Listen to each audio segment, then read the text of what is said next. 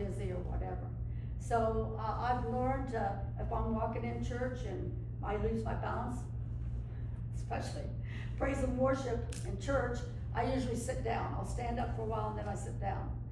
My husband will be standing beside me. He always knows he's ready for me. I'm like the Leaning Tower. He's learned to just take me and go, back up again.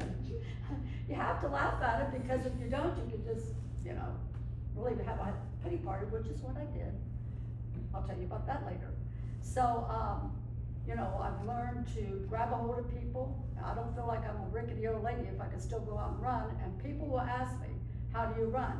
Scientifically, they have proven that exercising helps people. It's something like in the eyes. If you don't have something that you focus on, then, and your eyes are moving, somehow that helps relieve it. I cannot tell you all the reasoning behind that.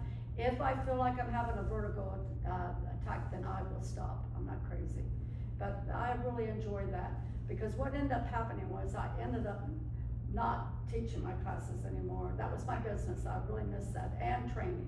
I ran, my races were like 15 miles. I loved it. I know, I'm crazy. I loved it though. I mean, I felt like I was being stripped. It's like, I don't have anything, but if my identity was in that, then, it was all in the wrong place, right? And I realized later on in life, the reason why I did all the things I did, the Lord just revealed to me, I'll let you have your running, but you're running from something.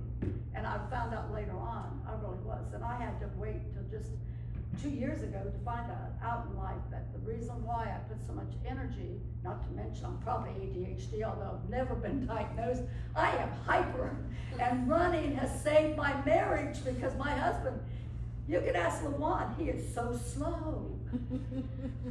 And he talks slow, bless his heart, I just love him, but it's like, come on, Steve, talk to me. And I just get what I have to say and it's out, but opposites attract. Just keep that in mind if you're looking for somebody. Opposites attract, and something about me attracted him, obviously. Maybe I had what he didn't have, and he definitely reminded me of my dad, who was very calm and peaceful.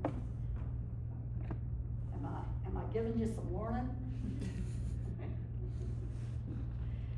I'm informative. And so through the years I was going through this, I would go to church, and I'm telling you, it was so bad for me, because I never knew when I woke up if I was going to have an attack. It just hit me at any time. No warning. So I ran to the bathroom at church, and after I did my thing of vomiting, I was sat on the floor, I was crying, and some woman came in and prayed for me. And I was just like, I can't take this anymore. This is not life, this is not who I am. And later on that night, I had a dream. Have you heard this? I don't remember. I had a dream that, and I don't say I have many spiritual dreams, but I know that this was a spiritual dream, and it has carried me through the years. And I dreamed that somehow, some way, I arrived at this place. And there was a small group of people praying, and I recognized them. And there were also ones that I knew at my church that prayed for me. And the one person turned around, they were in a circle praying.